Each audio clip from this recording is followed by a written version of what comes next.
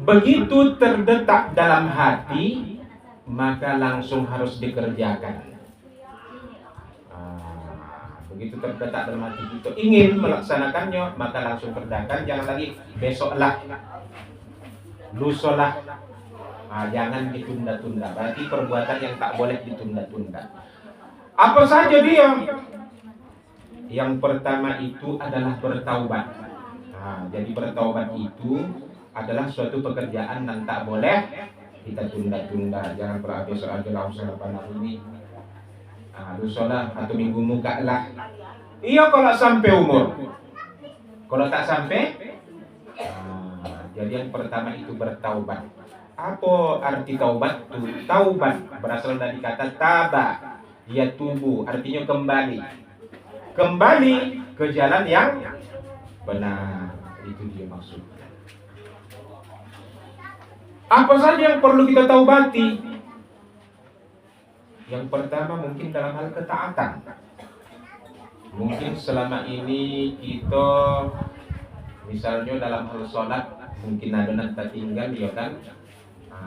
Jadi begitu kita sudah terasa bahwa kita merasa sholat kita banyak yang tertinggal, maka seketika harus langsung kita taubati, tidak lagi meninggalkan sholat. Ya kan? Jadi masalah sholat ini pun kita tengok suatu pekerjaan yang banyak juga berat orang mengerjakannya. Apalagi sekarang dia misalnya dalam suasana berekreasi, ya kan?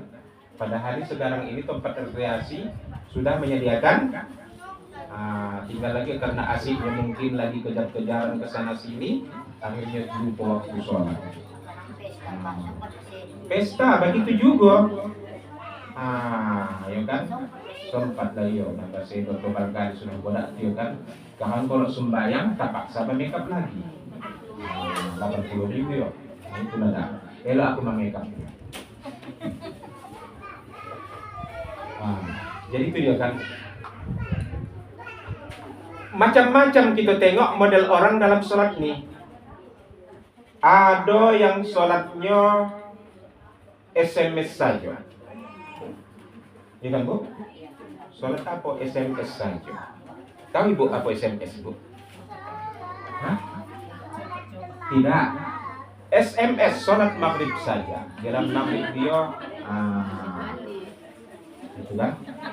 Lupa apa ya? Maksudnya maghrib dapatnya kira isya kan udahlah karena kaman iya kan? Itu namanya SMS saja.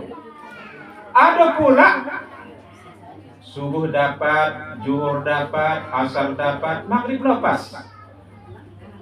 Isya dapat. Mengapa? Rupanya kira maghrib mengutip angsuran. Jadi aku pula tak ada mengkono-kono ini pula tidak. Aku cuma menjawab saja ya kan. Jadi kalau ada yang takut pun tak tahu lah kita urusan tidak pula ya kan. Itu DL bukan D, bukan DK ya kan. Mengapa rupanya harus maghrib? Rupanya ini yang dikutip nih. Kalau cepat pun datang bawa orang ini. Tapi aku bilang di sana nih Bu, di sana. Kalau tak tahu lah aku pula ya kan. Jadi mau tak mau si bikin tak usulan ini tunggulah. Udah jam 6 barulah keluar dari rumah. Terpaksa lewat lah pula maghrib jadinya kan. Karena di maghrib itu baru ada orang di rumah. Alasan orang itu. Alasan begitulah orang ini kan. Mangang seorang itu dia akan dikutip angsuran itu mondok orang itu bisa.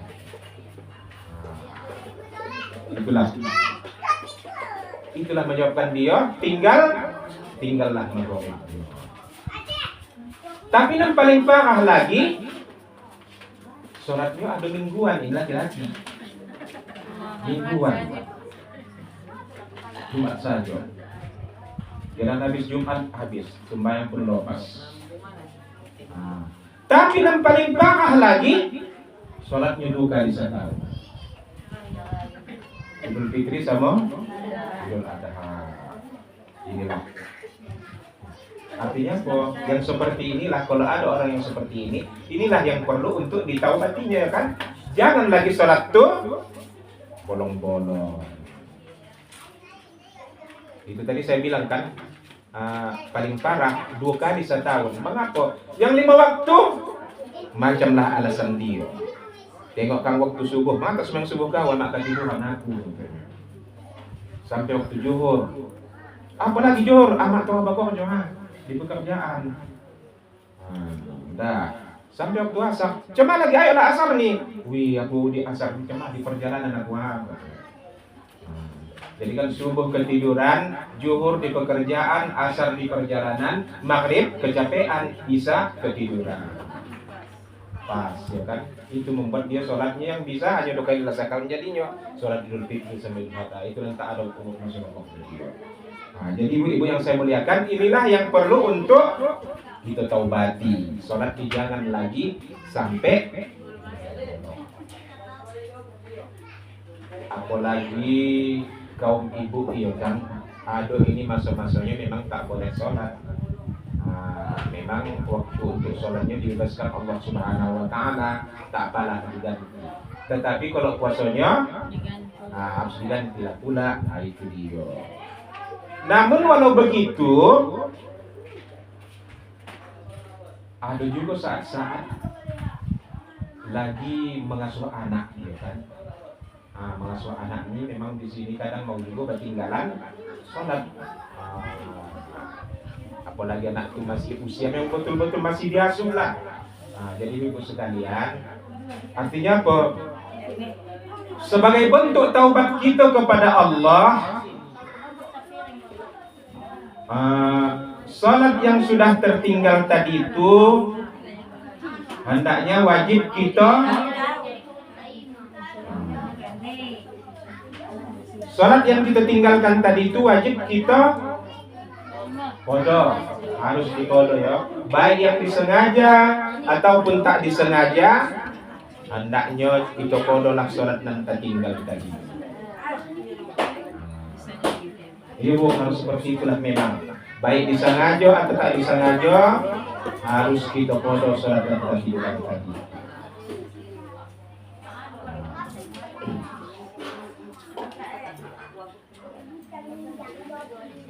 Udah terus saja kok mau diuluk, kalau mati dulu. Ini pantang pengajian begini bu.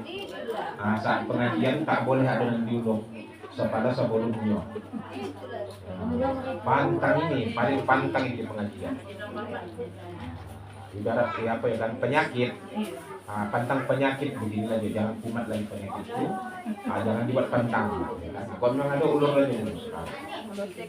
Selesaikan dulu ya. Udah.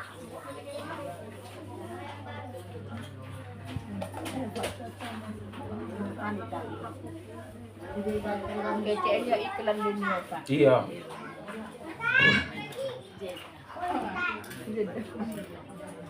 Udah?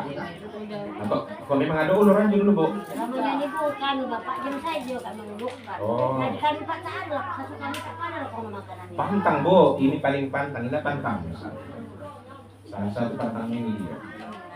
Sepada uluran gitu. Kalau sudah siap, oke kita lanjut balik ya. Ini iklan tadi kan. Jadi ibu-ibu yang pertama tadi bertaubat atas ibadah yang mungkin tertinggal selama ini kita lakukan. Kemudian bertaubat, yang kedua yaitu bertaubat kalau selama ini kita malas belajar, terutama tentang ilmu ibadah yang kita lakukan. Karena pada dasarnya suatu ilmu itu harus suatu ibadah itu harus didasarkan kepada ilmu.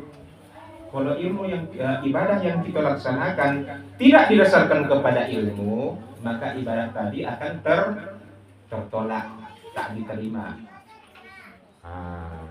Macam sholat misalnya, mungkin kita selama ini yang kita padokan ilmu yang waktu dapat masa-masa dulu saja, waktu misalnya sekolah SD ya kan, ada waktu sanawiyah, itu saja yang kita manfaatkan. Padahal ada lagi di situ perkembangannya. Jadi jangan kita hanya memanfaatkan itu saja. Dan paling parah lagi, dia melaksanakan ibadah itu berdasarkan orang. Ditengoknya orang cara mengangkat usolli begitu, turunnya pula begitu ya kan. Tengoknya orang sujud begitu caranya, turunnya begitu. Jadi dia beribadah berdasarkan orang. Jadi kita dalam agama ini tidak dibenarkan beribadah berdasarkan orang, tetapi berdasarkan ilmu yang betul-betul kita pelajari. Saat kita mengangkat takbiratul ihram, ya kan, tangan kita angkat, mana batasnya? Bagaimana keadaan jari-jari? Jadi sesuatu itu ada ilmunya, ada tuntunannya. Usahakan sholat, mengucap assalamualaikum itu sendiri pun ada tuntunannya, ada ilmunya. Jadi bukan asal mengucapkan salam saja, assalamualaikum, assalamualaikum, tapi ada tuntunannya dalam agama. Ada kalanya memang mengucapkan salam itu sunnah, hukumnya berpahala. Ada kalanya mengucapkan salam itu hukumnya ada juga makruh tempat-tempatnya. Nah, jadi inilah yang perlu kita perhatikan.